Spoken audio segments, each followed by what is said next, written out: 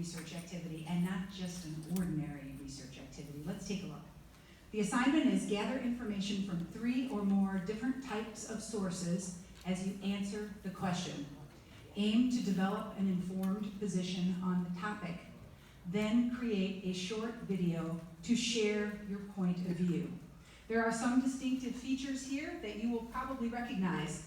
Gather information from 3 or more different types of sources. So that immediately brings us into thinking about genre, right? That allows us to go to YouTube and find information. It allows us to go to a magazine article. It allows us to go to a blog post or a newspaper article.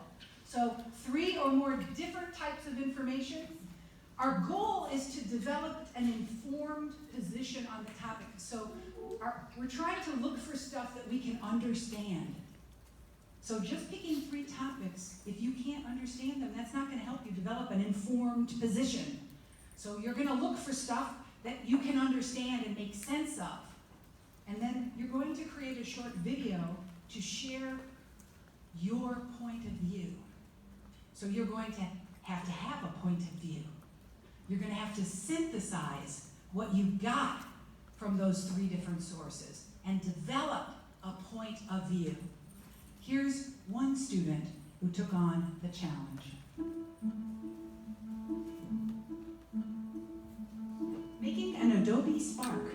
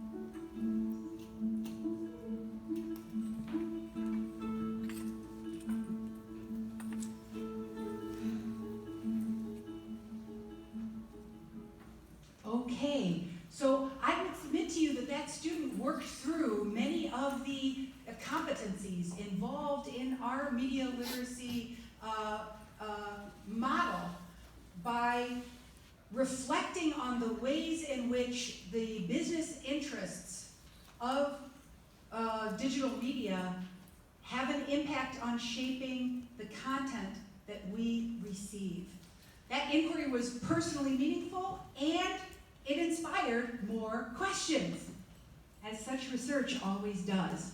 So today I've illustrated 3 practices about how to disrupt power through defamiliarization, how to reflect on personalization through comparison contrast, and how to examine power through search, research, and media production activities. So I like to think about how I can incorporate these 3 keys into the way I help students make sense of the digital worlds they inhabit.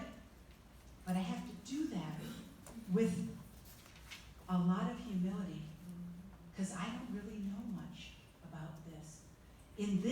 On these arenas, I go as a co-inquirer with my students.